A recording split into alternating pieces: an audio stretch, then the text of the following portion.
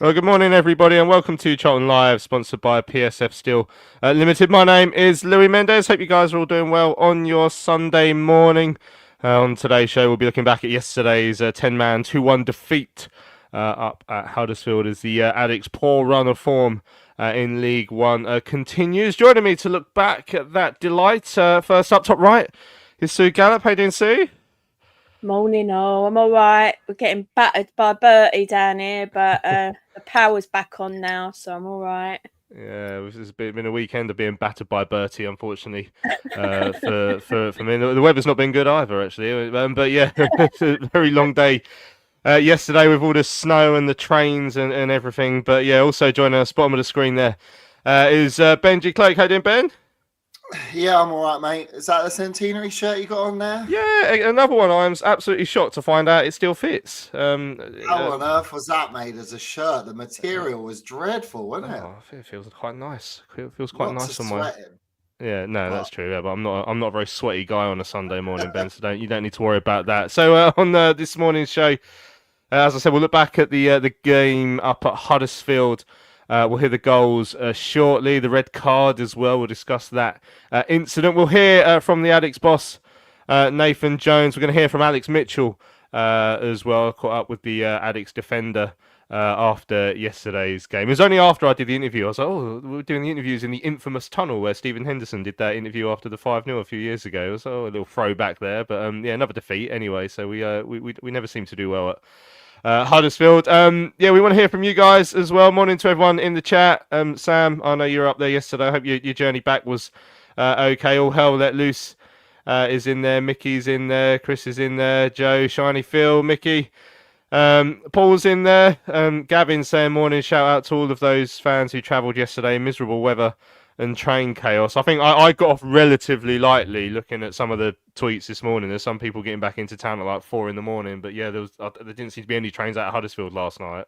Me and my brother just didn't take any chances. Got a cab to Leeds, but I still got home about midnight. So it was a long day for a disappointing defeat. Yeah, let us know your views on yesterday's game. You can email us studio@charltonlive.co.uk. You can tweet us at Charlton Live, or the best thing to do is to put a live comment in the chat. We'll probably pick them up in there. Let us know your views on the performance, on the red card. Did you think it was the right decision overall? Where does it leave us now? Because I mean, we're in a bit of trouble here, aren't we? If we're still thinking about going for the playoffs, it's a disappointing run of form. How are you feeling about the team? How are you feeling about the manager? Let us know in the chat. Joseph says, morning therapy time. Hello, my name is Joseph. I'm a Charlton supporter and it's been 49 days since I've seen Charlton play well. Yeah, it's disappointing. Sue, before we hear the goals, I mean,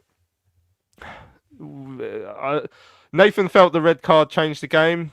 You could argue it did. I thought we got better after the red card. I mean, how do you sum up yesterday? It's another defeat. I mean, the goal we conceded first was hugely disappointing. Got ourselves back into it. The red card, whether you think it changed the game or not, happened.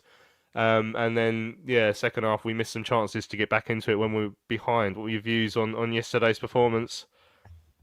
I mean, it's difficult because obviously I wasn't up there. I've put a self-imposed block on me going up to Huddersfield because I went about 5 seasons in a row and we lost every time. So I think it is one of those places that it's just horrible to go to, just in general, even without Storm Bertie. But yeah, I think, if I'm honest, from listening to the commentary, we could have probably got a draw out of it. But because it sounded like there were parts of the game that we seemed like we were sort of on the up, and Huddersfield didn't seem to be. It seemed like after that red card that Huddersfield took their foot off the gas a little bit, and we got a bit more into it. But I know, like, the first 10 minutes, it sounded quite positive.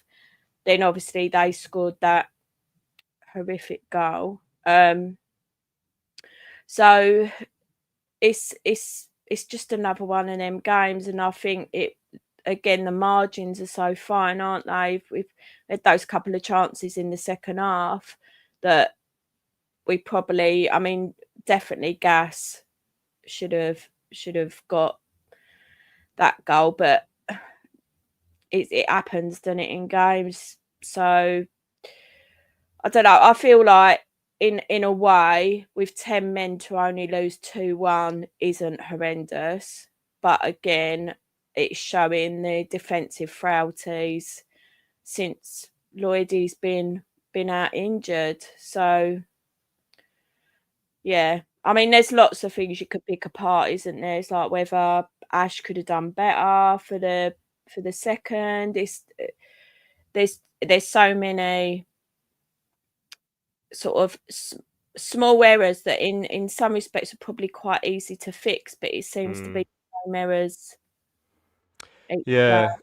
I mean, Matthew's saying in the chat the games are all just merging into each other, which is a depressing feeling. And again, like, there's so many similar things that happen in every game, like chances getting missed now that there's been an occurrence of conceding from set pieces that started coming into play as well. Yeah, but as you say, so we will pick all of that apart. Let's have a quick listen back to the goals and the red card from yesterday's game. Steve Brown on Charlton TV alongside Greg Stubley and Terry Smith. Decided to take this corner. It swung in. It's a header coming in, and it's a goal. Pearson with it. In off the crossbar as well, underside of it. And Charlton will be asking questions as to how Pearson was left alone to get that header in the first place. With the home side going in front. Yeah, and there's nothing in that. It's just a delivery sort of level with the far post, 6-7 yards out, and it's a left-footed in-swinging corner, and it's just strength, just complete and utter strength from Pearson, holding off his marker. No reply from, I didn't see who was marking, to be honest. Here's Thierry Small from the replay. Just no attempt. You've got to be a lot more physical than that. It's done brilliantly, Miles Lieburn in the penalty here. Lieburn ball across, and in the end he hits Pearson, and Edmonds Green gets to the ball first and is fouled, and Charlton will have a penalty. It all started with Miles Lieburn, collected the ball on the right-hand side, a lovely nutmeg into the Huddersfield penalty area. They managed to make a clearance which fell to Edmonds Green, and the Charlton centre-half was then fouled. Gordon steps up and scores, sends the goalkeeper the wrong way. Matty Godden from the spot gives Charlton the equaliser. Yeah, very well struck. Sent the keeper the wrong way, give him the eyes, but it's, you still got to have the placement, you still got to have the courage, the bravery. There was a lot of pressure on him there to put that ball exactly where he needed to, and that's what I know you want to deal with this. Yeah, there was an incident which, to be honest, we were watching the replay as Brownie was commentating. They took the throw-in quickly. It was Doherty on Lonvik, and there's a number of bodies surrounding the referee. Greg Doherty's kind of pleading his innocence. We will get a replay here shortly, but it happened off the ball. Well, not off the ball, but off our screens. And there is a red card given to the Charlton captain, who can't believe it. Back, here's Kane again. Shapes to shoot on his right foot, lays it off. Kasumu will go for goal, and it's a great strike beyond Ashley Maynard-Bura. Charlton couldn't get out to close it down quick enough, and eventually the pressure was too much, and it took a good strike for Kasumu to give Huddersfield Town the lead again. Yeah, you have to give them credit for the patience in the build-up. There was one or two moments in that last phase where they could have unloaded a shot, put a delivery into the penalty box, and they weren't. They were patient. There we go. That's the highlights from Charlton TV yesterday. Ben, how did you see it? I mean, there was a bit of battling in the second half. You know, as Sue said, the chances. I mean, Leeburn came close. Gas really should have scored from his opportunity. Like I've made it quite clear that I don't think the red card really had a massively negative effect on us, because in a way it galvanised us a little bit, and I thought, you know, we did battle in the second half, but you know there's been so often this season, like even at Exeter we go, oh yeah, I had a couple of chances here and there, but overall we're well below where we need to be. So when we look at a game in isolation and say, yeah, you know, maybe we might have got something from that or whatever, it doesn't really bring together every part of where we are this season, and the fact that the deficiencies in the side are the reason that we're not, and you know, and people will look at the tactics and the type of football we play as well, are the reason why we're not going to be challenging this year. So it's a weird feeling after yesterday. Yeah, actually, you know what, they gave it a bit of a go with 10 men, but it wasn't enough, and it's not going to be enough this season. Yeah, I think because of the run we're on at the moment, we're looking at yesterday, and it's 1 win in 9, and it doesn't matter about the red card. It doesn't matter about our injuries. It matters about yesterday in the game, because we look back at this and we'll just go, oh yeah, it was another game lost. So we'll go on to talk about different parts of the game, but ultimately it's another game we've lost. And as you said, it's very similar to the Exeter game. How many chances did we have at the end to equalise? And like, as a manager, Nathan Jones is scratching his head. Like, Leeburn, I think it was a tough chance, but because he heads it so well and it's so close, you're going, oh, I can't believe it. You said Gas, Luke Berry had a chance, Danny Hilton at the end when he tries to take that free kick quickly, and you're going, no, what are you doing? Just take your time. And it's just, yeah, really frustrating. Like, listening to those highlights again made me get all angry again as I was at the final whistle, because I didn't think they were a great side. But how many times do we keep saying this about sides? But they were just clinical. They took their 2 chances, and we didn't. We missed a golden opportunity from Gassan, Leeburn's header. As I said, 2 chances at the end. We're missing these chances, but we need to take them, because ultimately it's a results business, and we're not picking up results. Whether you think it was a red or not, whether you think the injuries are having an impact, though, that 11 yesterday had chances in the game to win the game, to draw the game. We didn't. We lost.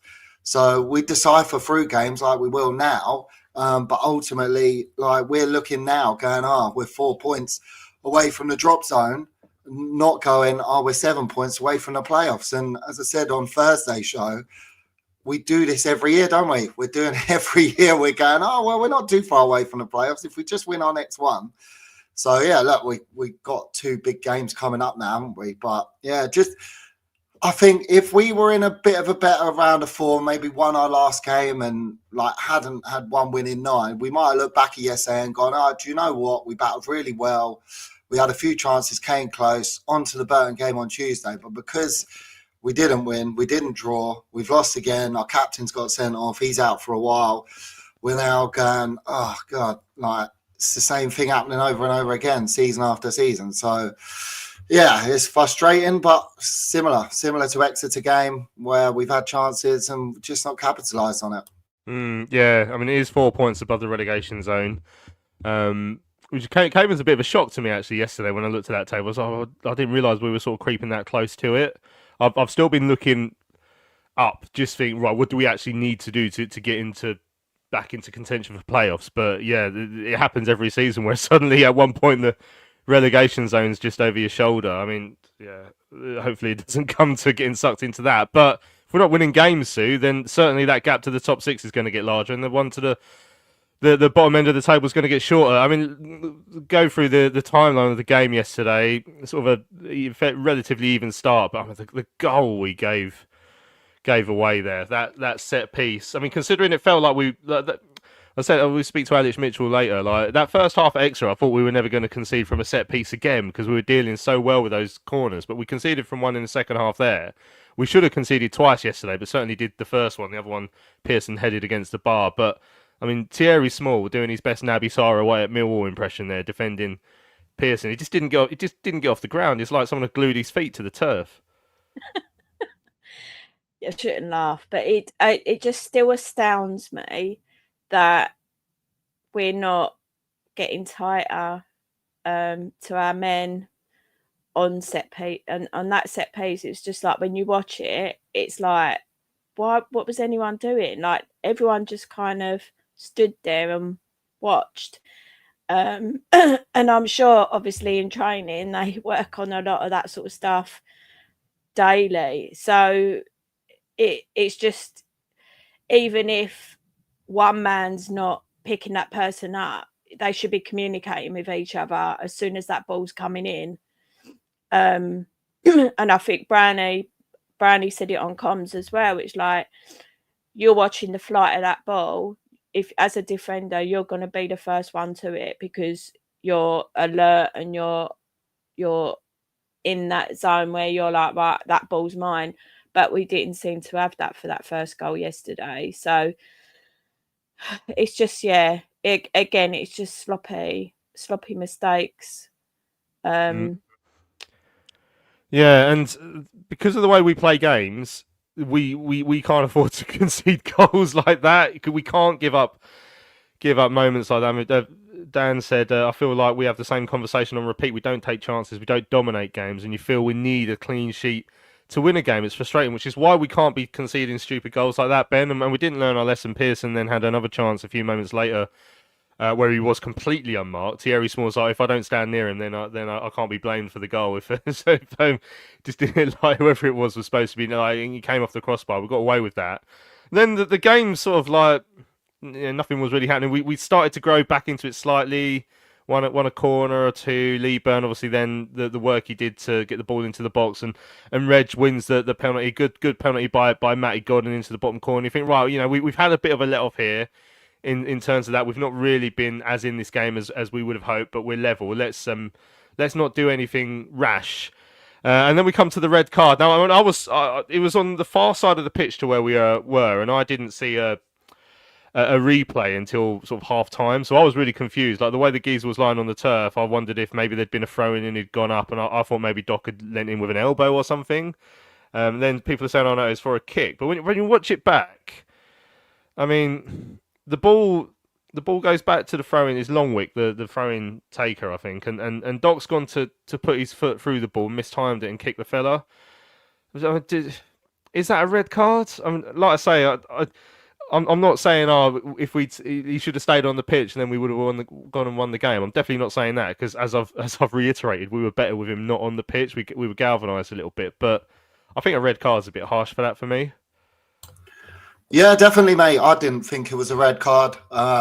He's late, but like by the finest of margins late. Like his studs aren't up. His foot is in a position where he's like trying to boot the ball away.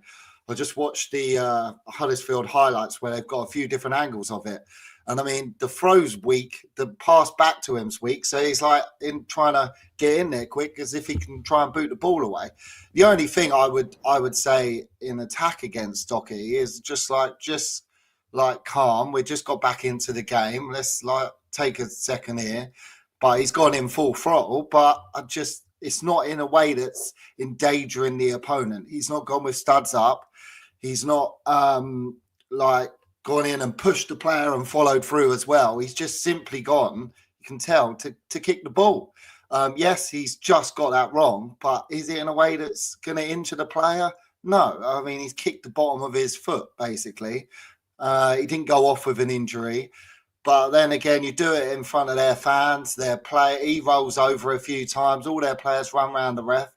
And I mean, just here and there on comms. I mean, like Greg and Brownie, I don't think were watching it at the time, but they were like, "Oh, what's happening there?" But yeah, and like even you yourself, you said you thought it might have been an elbow. But we know, don't we, in the game we are in now, if a player makes a meal of it, if the other players run around, I don't think the ref even had a great sight of it. To be fair, you can see he was getting advice from his linesman, wasn't he? Yeah, and I just think they kind of be like, well, the reaction of the player, the reaction of the players, you think, oh, if you don't, then they're going to be on you for the rest of the game. So it's probably easier to send him off. But yeah, I mean, as you said, we played better after the red card.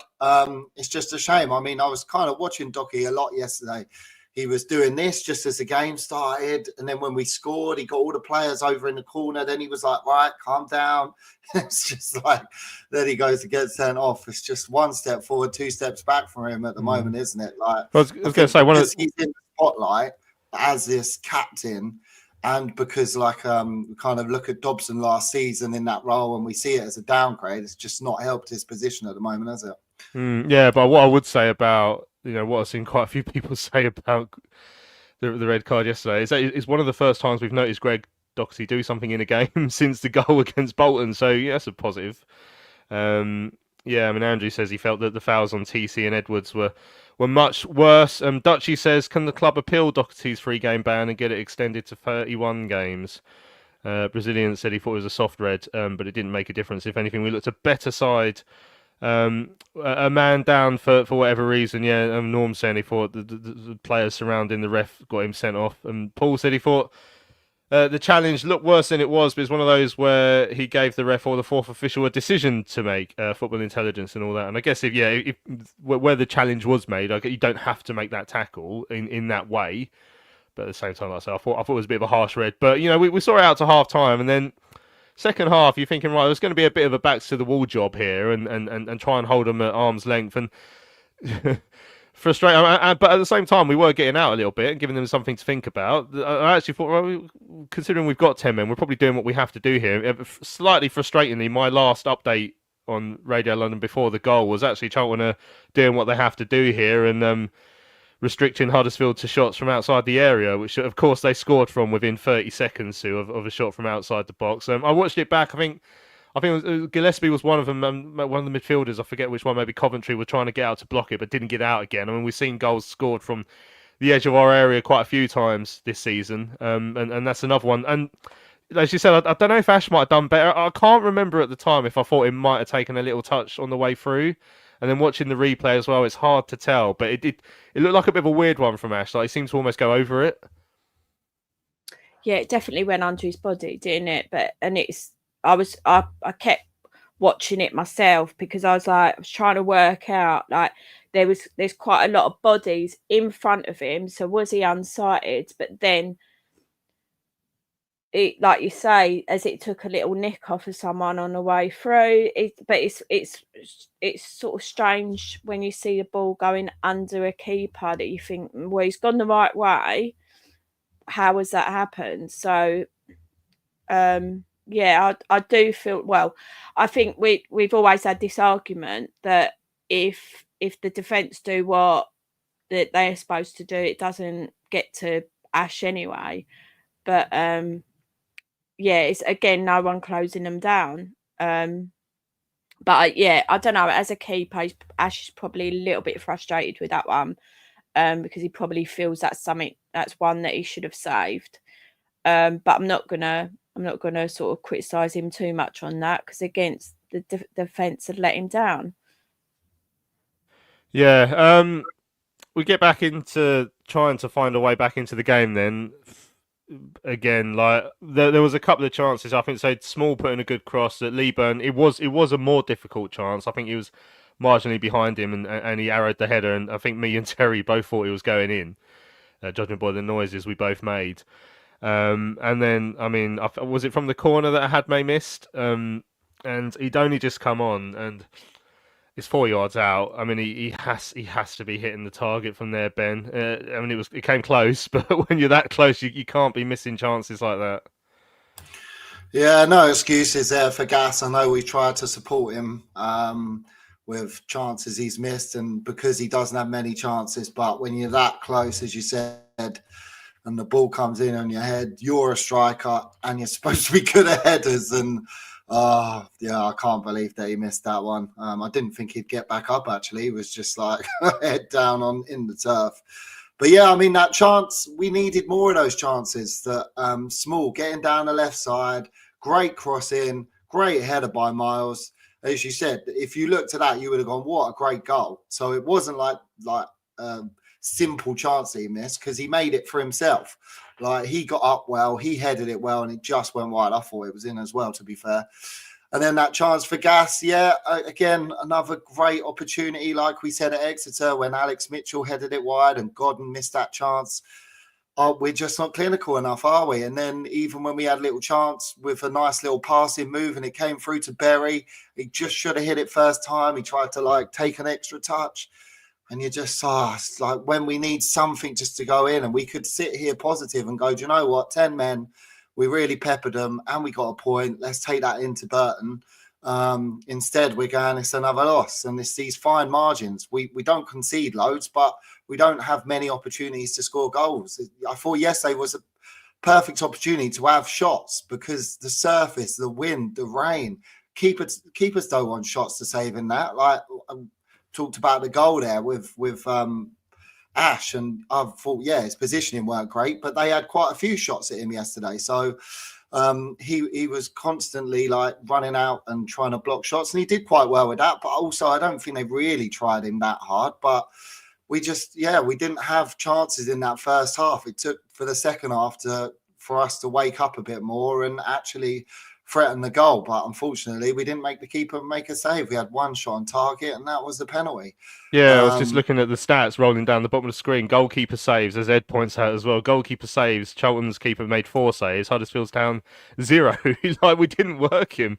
And again, Ed pointing out we don't seem to get the space to shoot from just outside the box. Yet we've given teams plenty of goals from these positions, so we didn't gamble in that stage. But even then, we should have scored at least one more, because Gas should have scored, Lebo might have scored. We had that chance at the end, and again, this is another one I somehow missed, because we got this free kick, and I was about to hype up on Twitter saying, we've got a free kick, edge of the area. What's going to happen with this? And then I look up, and so apparently Hilton took it quickly.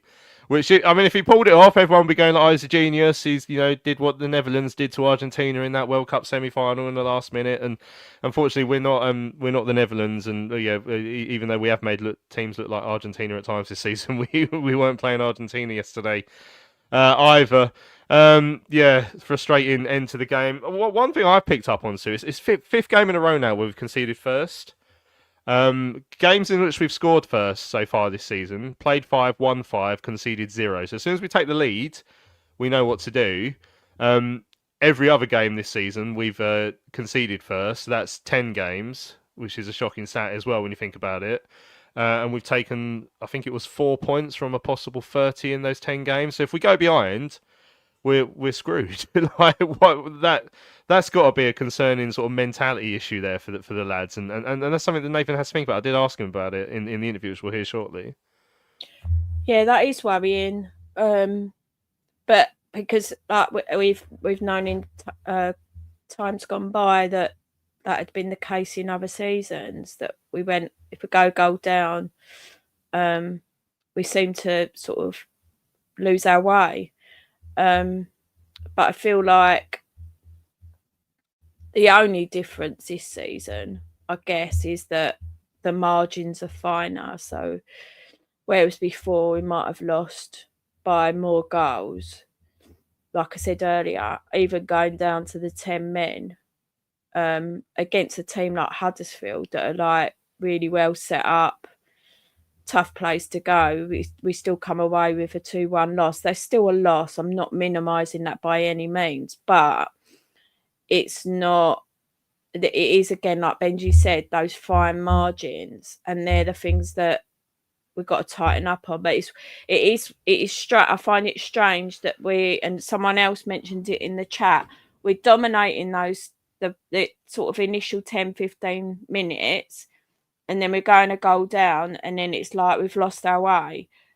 How do we change that mentality of, well, one, not conceding the first goal, but also if we do go a goal down, how do we make sure we get back into it as soon as we can?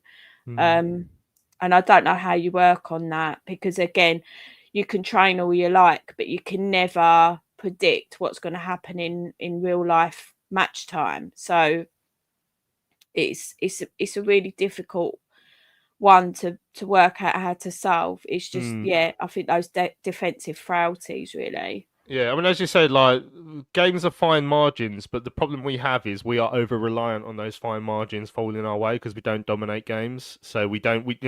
Have we beat anyone by more than 2 goals this season? I think. Like, have we gone and scored 2s and 3s? Very often, no, we haven't. So that's why. That's why when we look at fine margins, you're taking a risk there, and obviously it's a risk that's not paying off. A couple of people asking about Terry Taylor yesterday. So he was there. He travelled. He was part of the match day travelling squad, but he wasn't on the bench. So that normally just means he's the spare man. That's one thing I probably forgot to ask Nathan after, because we had a bit of an in-depth discussion about a few things, which we'll hear now. But yeah, he was there. Didn't seem to be injured. He was out doing the runs before, which normally means you're the spare man. Yesterday. Right, let's hear from Nathan Jones. Still got loads of your comments to come to, your emails as well. Let's hear what Nathan Jones has to say. James saying the team is in trouble and you're still talking about the playoffs. We're not exactly saying that we're going to make the playoffs, are we, James? That's a ridiculous comment. Let's have a listen to the video. Nathan Jones speaking to myself after yesterday's game. Nathan, it's a 2-1 defeat here with 10 men. How did you see the game today?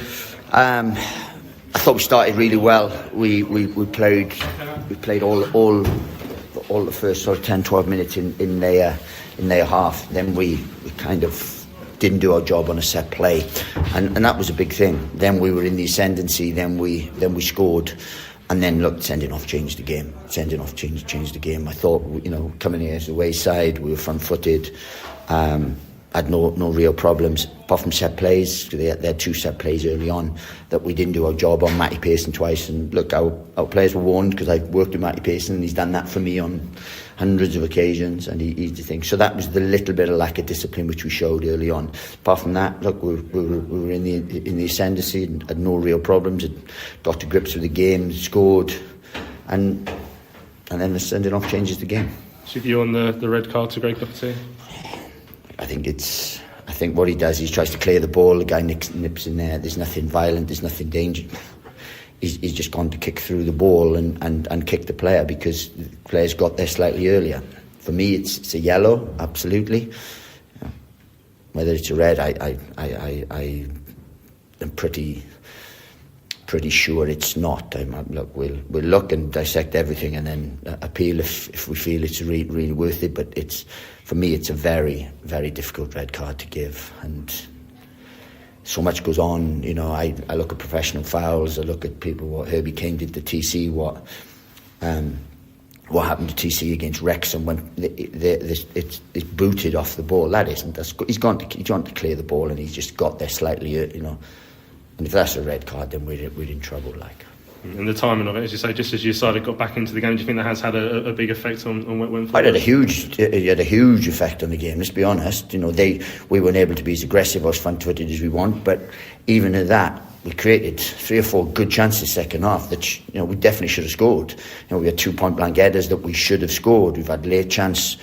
So I still think we've had enough chances to have got something from the game, even with 10 men, and I'm proud of that second half performance. But first half, we needed, we have to defend the set play better, because that's 2 set plays now we've conceded from the last 2 league games, and that can't continue. And yes, we are missing big personnel, but that's a really disappointing, really. You did get that battle inside from your team in the second half, and might have come away with something like, particularly Gassan's header. I think you may be feeling you could have done better with that. Well, I think Gassan could have. Miles has a great chance. It's a great ball in, and he's 6 yards out. Then right at the end, we have one that we can do better on, and then we have a counter attack that gets pulled back and stuff. So look, there's a lot to be positive about second half, but if we want to be the side we want to be, then look, we can't just give people sides. And these the big side, big strong side, they've just come down from the Championship, so they're expected to be up there. And we've come here and we've been in the ascendancy, and then the red card has changed the game. We're just speaking with Alex Mitchell there about, he was talking about the stats when Charlton score first. I think it's 5 league games in a row now where they've conceded first. So you can sort of put your finger on why that's been happening recently. Well, we'll do massive work on being front-footed, being aggressive, and we were today. We started, it was all in their half. Then we have a goal kick, we play one short, we give the ball away, and that gives momentum to them, and they end up scoring from a little passage of play after that thing. So that's the frustration. But we do work on being front-footed and going after the game, get in front, getting the first goal, being front-footed, and look. So we've got to make sure that we do that. But look, we're missing some size, some power, some aggression, in terms of stuff. So hopefully, if we can get those back, then we'll start picking up results. Because we need to start picking up results. We can't get too far away. We're drifting at the minute, and it's not enough. We're doing, in terms of every game, we've only lost 2 in 9 games, but a lot of those have been cup games. We've draw a couple. We have to start winning football games. Lieberman came off in the second half. Was he injured when he came off? No, look, he's still gathering momentum. He's still getting things. So to have that constant, to be able to do 90 minutes at the level we need, it's going to take a little bit of time and things. He was cramping up, so was Reg, because they haven't played a lot of games lately. So just make sure that we're using the squad and maintaining that. You mentioned the wins over the last few weeks. Now it's 2 in 12, I think, going into Burnham. It makes that game absolutely huge, doesn't it? Well, they're all huge. When you're a Charlton Athletic, they're all huge, and we know that at the minute we need more wins. We know that we're not at the level we need to be. And as I said, there's a lot of games. We've had a load of games. We've won. We want to be competitive in cup games and everything. So we've won the cup games. We've topped our group. We're in the next round of the FA Cup. And these are marginal games. We go to Exeter. We have 3 glorious chances, and we lose the game 1-0 from a set play. Here, we have 3 glorious chances, and we lose the game from, effectively from conceding from a set play. So look, we need to be better both sides. And one, we need to be more clinical. 2, we need to stop conceding from set plays is one thing, because that's 2 in 2. And then we'll be a little bit more. We have to get back to that clean sheet mentality, so that we believe we're going to score and we're going to create chances. But if we're constantly chasing the game all the time, then it's going to be difficult. And just with Burton, they had a lot of sort of turnover in the summer, but not the greatest start. But you can't go there and underestimate them ahead of Tuesday. Look, this is League One. This is, if you go there and underestimate someone, then you need your head read. You know what I mean? In terms of stuff, you can't do that. Every game is difficult. Every game is different. It'll be a different game from today, I've no doubt. It's just we have to be the best versions of ourselves, and if we're the best versions of ourselves, then I can come here and give an honest, open interview and say, look, they were better than us. But at no point am I feeling that. At no point am I going thinking we've been turned over there. We very rarely get played through. Today we did once or twice, but we had 10 men. Very rarely do we get outworked and stuff. It's just those little margins at the minute that are going against us. Set plays we have to think, because we can't concede from those, and it's stuff that we are telling the players they have to take that on board, and then we are creating enough chances in games to not lose games. So 2 of those things have to change. PSF Steel Limited is a trade supplier of steel fabrication and erection services to the new build, construction and refurbishment market in southern England. With their unrivaled depth of experience, they excel at providing their customers with high quality and cost-effective steel fabrication solutions. Their customers include national and regional house builders, such as Barratt Homes, Bellway Homes, the Vistry Group and Taylor Wimpey.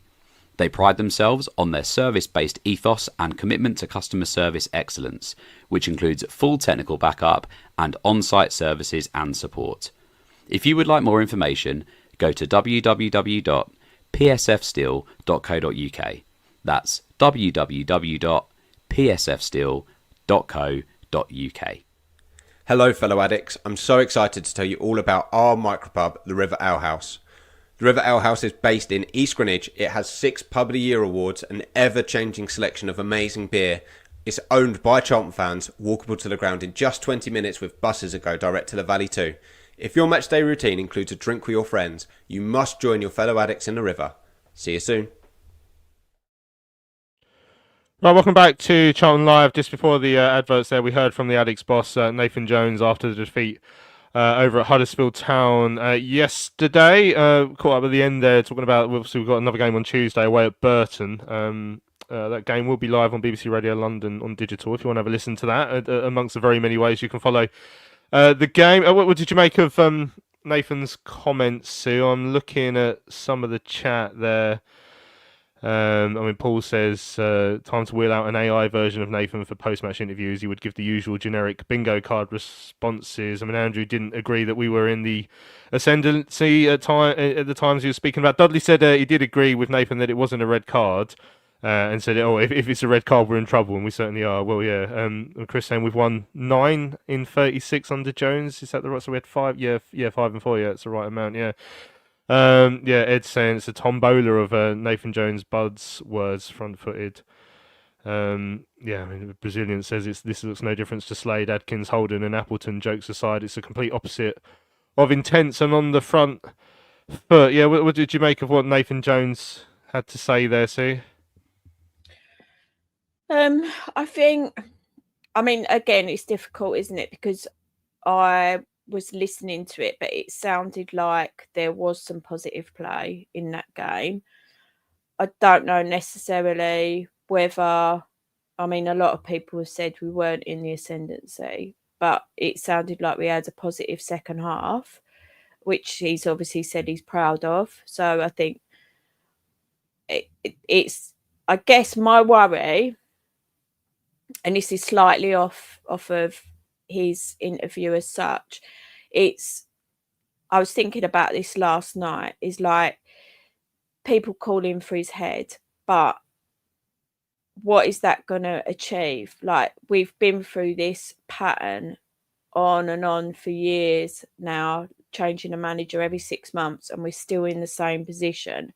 So what we need to do is think about, does this issue go deeper than the manager? What is going on that we're having these same conversations every season?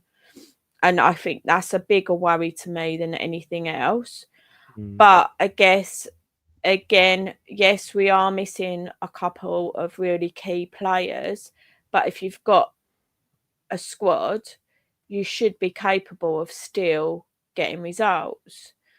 And if that squad isn't good enough, then again, we need to look at that in the January window. I mean, there's so many points that you can pick on within what's been said, and we sort of queried it yesterday, like we're in a worse position now than we were this time last season. Why is that? Because effectively you could argue that we've got better players now, apart from Alfie. It's just trying to pinpoint what the actual issue is. It's interesting, the point about better players, Sue, and I think, like, yeah, it's a tough one for me, because I mean, every summer, just case in point, like yesterday we were obviously up in the press room before the game. So it's my favourite part of a match day at the moment, sitting with the lads, but also speaking with opposition press. So there's a nice chap up there who covers Huddersfield, and we're having a good long chat about all the different remembering old games and having a good laugh and stuff. And he sort of said, how's Romani getting on? And we said, yeah, he doesn't play that often, sort of gets in and out of the team.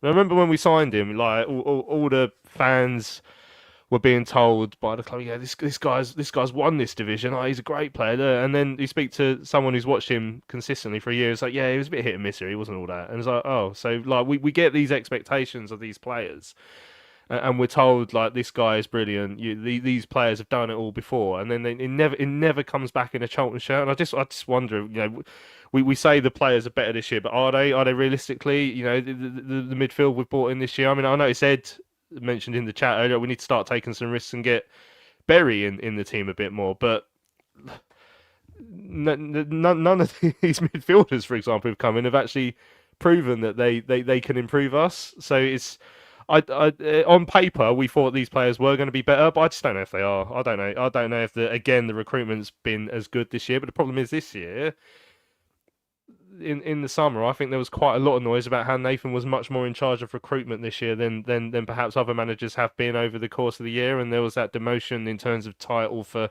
Andy Scott. So whilst maybe last year it was quite easy to look at Andy and say, well, the recruitment's not been good, and I've seen these names come up again in the chat earlier on today, is that what actually has happened this year? I mean, let's get on to the question then, Ben. So, I mean, Alan's put in Twitter, if everyone's fit, we're hard to beat, desperately need a creative player. But if everyone thinks that one window with Nathan under Scott's buys is the 11 that's going to get us up, is crazy. He's basically saying we've got to stick with Nathan and build. But Lawrence has DM'd and said, can you discuss at what point in Nathan Jones' job starts to become in doubt? So I read the forums on the way home last night once I'd done all my work and that sort of stuff. I mean, certainly there's some fans starting to ask the question, starting to make the call. At what point does that become it? And and in your opinion, at what point should that discussion be had? are you for or in favour of sacking managers a lot? I mean, I'm not going to sort of nail my colours to the mast on this one. I'm just curious as to what people in the chat think. You know, if we finish mid-table this season, is that enough? Is that enough to say, right, another year of trying to build? And, you know, because a lot of managers who have success have been somewhere for a while. You know, Gary Caldwell at Exeter, and I'm talking about relative success here because I don't expect Exeter to be any higher than mid-table, but they have an identity and a style, and overall I think they'll be quite happy with what he's done over a couple of years. And he probably should have been sacked last year, but he wasn't. So, you know, do you stay and give him the chance to build, or do you say no, you've had your summer window, you were given a lot of chance to make decisions on who came in, and look at what's being served up this season, and issues that are reoccurring? What's your views, Ben, and everyone in the chat? Let's know your views as well. My views are similar to Sue, actually. I just think, what's the point of, like, you give a manager a period of time to bring in his own players. We know it's not going to take one summer to do so. He's had one transfer window so far. Look, we how many times have I said it on this show? Like, you just said it then as well. With the players we've got in this team, even with the injuries, I mean, you look at the back four yesterday. You said Reg, one promotion from this league. Alex Mitchell was in the best defence last league. Gillespie got promoted with Plymouth from this league. And we look at other fans going, oh, you got a good player there. Same with Docky, Coventry, even West Ham fans were going, oh, that's good. Godden, like, Coventry fans were hyping him up and saying, oh, and we know he's a good championship striker. But the game passed him by yesterday. He wasn't in the game. So I think that falls on Jones a bit, because these players aren't playing to how they should be. Yeah, but also, partly just to clarify, partly the point I'm making there as well is that actually I think we're living off the former glories of a few players who've done it 3-4 years ago a little bit, and expecting them to repeat it with our recruitment, and it hasn't happened. So just to clarify, I'm not saying Gillespie's won the league before, therefore he should be pinnacle this season. I'm saying Gillespie might have done it 3-4 years ago, but is he still doing it now? That's what I'm saying. Yeah, you could say the recruitment, we've got players where they've done it before at other clubs, and we're kind of getting them on their way down rather than players on their way up. But I mean, yeah, you see other sides you look at Wycombe's side, for example, they've got quite a few experienced players in there, and they're doing well this season. But anyway, back to your question about Jones. I mean, for now, I don't see, like, look, it didn't do us any good last season getting rid of Appleton when we did, getting rid of Holden and bringing in Appleton. We had a spurt of performances, and then we got up there. I just think, again, now, are we then we're gonna give the next person enough grace to make him bring in his own players, because he probably won't want Nathan Jones style of players and stuff like that. I just think, as Sue said, it's a cycle that goes round. But how long do you give him? Well, unless it's like Appleton's reign last year, where we couldn't win a game and we conceded late, game after game after game, and it did look we were looking like a relegation side, then you obviously flip it. But yeah, look, we did finish 16th last season. If we want to finish in the playoffs, then that's 10 places up. I mean, the team that we picked this season should be good enough for that on paper, but it's about mentality, it's about a style of play, it's about loads of stuff trying to get going in the side. We're sitting here thinking we can't be bothered to be in this league anymore, but unfortunately, I guess as fans, we do need to be a bit patient, because what is the outcome? Sacking Jones, bringing in someone else, then we got to wait for them to bring in their players in January. I don't think it's as easy as that, is it? Otherwise, teams would do that all the time in League One and get out of it. And we know how many teams struggle in this league and try and get out. It's too hard to call, isn't it? But at the moment, I think, yeah, we got 2 winnable games coming up. Talk to me after that. If we're 0 points from them, then we're looking very worrying. But like, even if we got 6 points from them, I don't think I'd turn around and think, right, we've cracked it. I just think we've seen enough so far this season. Like, as I said on Thursday, we've got to the stage of the season now where we're right. Let's get to January and hope that we're still within 5 points of the playoffs, or can get within 5 points of the playoffs. But like everyone, I'm sure in the chat, I'm sick of saying that every year. James is asking who would replace Nathan Jones. Would we get anyone any better? I mean, that's part of it. I mean, Nathan's a huge name at this level as well. Like on paper, I think we'd struggle to get someone with his sort of name, but his reputation. But at the same time, we've trusted him with a transfer window, and some of the signings that have come in have been a bit disappointing as well. I mean, Paul and Charlie have been talking about how Powell sort of did it in one transfer window, all hell let loose as well to win the league. So, why give him multiple windows? That's what Chris is saying as well. Multiple windows, so he can bring in more of his own players that are rubbish and ditch them, and then we bring in 8 more. I mean, that's there's a balancing act there to be found. But yeah, it's Chris saying that name. He's a name, but nothing else. Luton's success was a few years ago now. So yeah, loads of chat to be had there. Let us know your views. Let's have a listen. We've still got another interview. Alex Mitchell, the Ajax defender, caught up with him after yesterday's game. This is his thoughts on the 2-1 defeat at Huddersfield. Alex, well, it's a 2-1 defeat here. How did you see the game today? It's a frustrating one. We thought we started really well.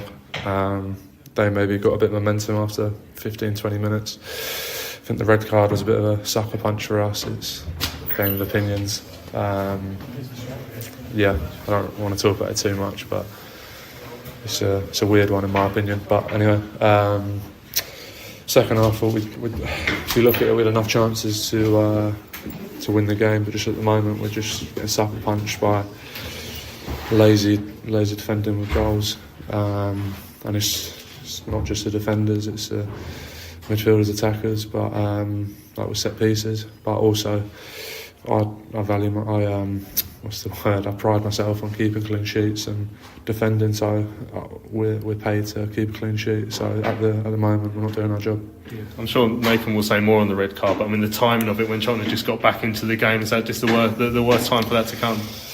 Yeah, it isn't. It isn't, because I think this Charlton team's always got a lot of character, got a lot of heart. At the moment, it's taken us a goal to get our foot on the gas. So we've got to change that. But I think there's a stat where if we score the first goal, we don't really lose. So we've just got to keep going, and it will come. Just stay patient. And I know it's frustrating for the fans, because the away support is it's crazy how good it is, and I'd be hugely frustrated if we keep performing like that for them. I know they've got about a 5-hour journey now, so we can only apologise, but apologies aren't really good enough. It's just about getting performances on the pitch and getting the points. Yeah, you mentioned the first goal being so important. It's the 5th game in a row that Charlton have conceded first. Can you put your finger on why it's been sort of slow starts recently? Yeah, I think if you watch the goal, it's not really getting open played or people playing through us, because we're very good at pressing. I think it's 2 set pieces in a row now. Obviously the Southend game was the FA Cup and it wasn't good enough from a defensive point of view, but you do have games like that. But the rest of them, I think it's just our mistakes really. I don't. Their second goal today was good, to be fair. It's a good strike from the lad, but we play 5 at the back. Someone should be getting out there, and it's my side, so I've probably got to take responsibility. I haven't watched it back, but like I say, you pride yourself for clean sheets, so yeah, it's a frustrating one. Yeah, so the set piece defending in particular, you've mentioned it there. That must have been really frustrating, because I mean, it felt like in the first half exit, the Charlton were dealing with every corner that came in, but they've conceded a couple from them now. Yeah, I still have concussion from Exeter, the amount of headers I got, but it's a weird one, because like the first corner today, I've headed clear. Second, Mac has done it. It's we're not bad at defending set pieces. It's just the fact of maybe switching off for the odd second. And to be fair, you can argue we are, because we're conceding 2 in a row now. But I've been in teams where when we concede a set piece with how the time it's you're not looking great. But with this team, when we concede a set piece, I don't think we're going to concede. Like, I don't think we are a defensively set piece bad team. If you look at how many goals we conceded from first phase, second phase set piece compared to how many we conceded, I'm 99% sure we're at a positive number. So we've got to iron out the creases, and it will get there. How much as a defensive unit have you guys been missing Lloyd Jones? He had such a good start to the season. Yeah, he's a big miss, big character. He's a good leader in the dressing room. But I also do think we've got a lot of quality in our team. We're good enough to beat teams without Lloydie, even though I think Lloydie is a massive positive for us. It's been really good for myself since I've been in. He is a leader, and his quality has shown it, hasn't he? It's just, I believe, no matter what the starting 11 is for Charlton at the moment, I think we're good enough to win. So it'd be nice to get all the injuries back. Obviously, I think at the moment we're going for a bit of a, I don't want to say injury crisis, but it's definitely getting numbers up. But in a month's time, the team will look not so much different, but we'll have a lot more availability. Yeah, and there's two wins in 12 now. I mean, it makes Burton on Tuesday really huge. If Charlton are going to try and stick on the coattails of those sides who are going to try and make the top 6 this season, they're going to have to start turning in some results soon. Yeah, of course. It is a must-win, but I think every game is.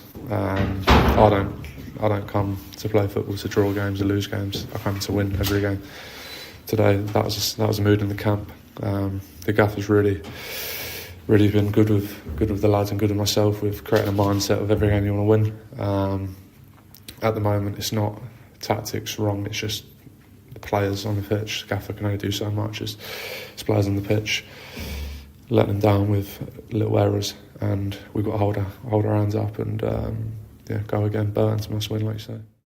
There you go, that's Alex Mitchell. I've got a lot of time for Alex Mitchell, actually, to be honest. Both as a player and as a character. I think that's the first time I've interviewed him. Maybe the second, but I think he comes across well. I mean, an interesting point he just made at the end there. Someone asked in the chat earlier, a question often people say, when we're not winning games, has Nathan lost the players? But, I mean, Alex very much saying that it's on the players at the moment. He's not. He said it's not tactics. It's the players who've got to hold their hands up. So that's Alex Mitchell's view on it, Sue. So yeah, what have you made of him as a character, as a player this season?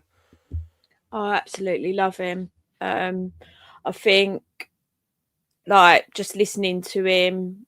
I mean, a few people have said it in the comments. He's captain material, and I think I sort of said that quite early on in the season. Is that I feel like I'd be more comfortable with him being captain than Greg, but at the same time, you don't need to be captain to be a leader, so you can't really use that.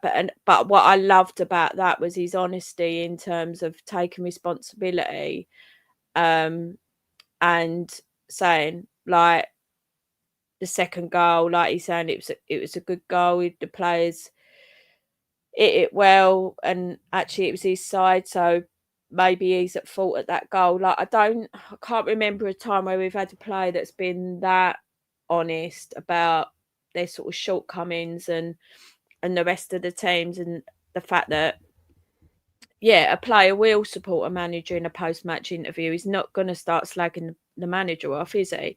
But at the same time, I think Alex is someone that is very, he's a genuine, no-nonsense speaking lad, and I think you would probably get some sort of vibe off of him if he wasn't entirely happy with what Nathan's doing on the training pitch. So I feel like the lads are behind Nathan. They're just not, for whatever reason, doing what he's telling them to do. Yeah, Peter's saying Alex Mitchell is someone you'd have in the spine of any team, one positive addition at least. And where we have spoken about recruitment and the players we brought in, we can't go over the fact that a couple of them have done quite well. Gordon's quiet, but he's got goals, and Alex Mitchell certainly has done very well. And I think he's been up there with one of the better signings we've made. Right, let's have a look at a couple of the emails quickly.